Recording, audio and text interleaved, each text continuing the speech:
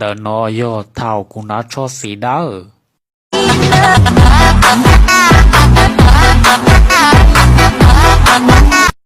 thảo cũng đã cho xí đu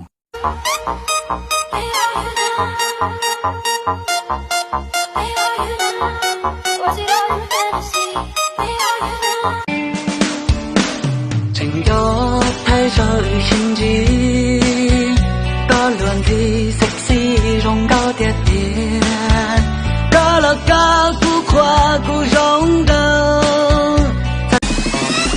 I'm a Godfather gentleman.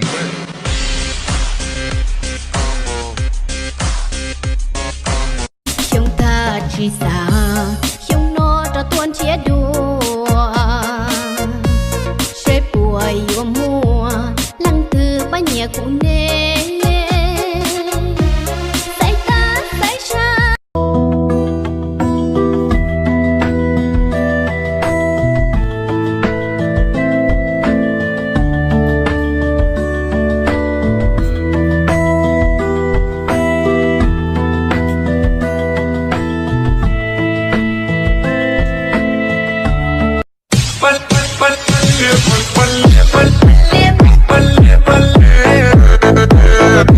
Chỉ số hay lo lù tiền lú, chỉ số hay lo lù tiền cho, giờ thì có lú xia, tiêu chỉ mua củ nhỏ lại.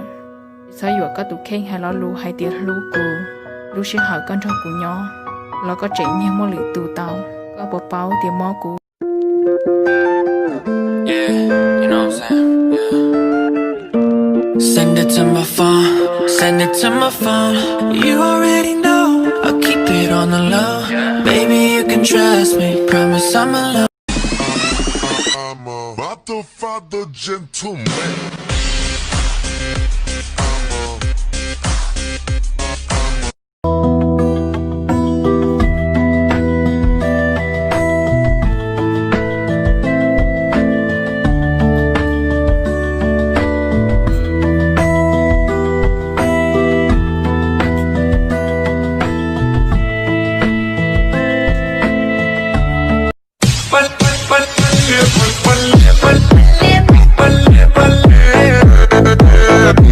Chỉ số hay lo lù tiền lú, chỉ số hay lo lù tiền cho, giờ thì có lú xia, tiêu chỉ mua củ nhỏ lại. Chỉ số giờ có tụ khen hay lo lù hay tiền lú củ, lú xia hỏi con cho củ nhỏ, lo có chuyện như mua lì tù tàu, có bộ báo tiền mua củ. Chúng ta chỉ xa chúng nó cho tuôn chia đùa sẽ buổi yêu mùa lăng từ ba nhẹ cũng nè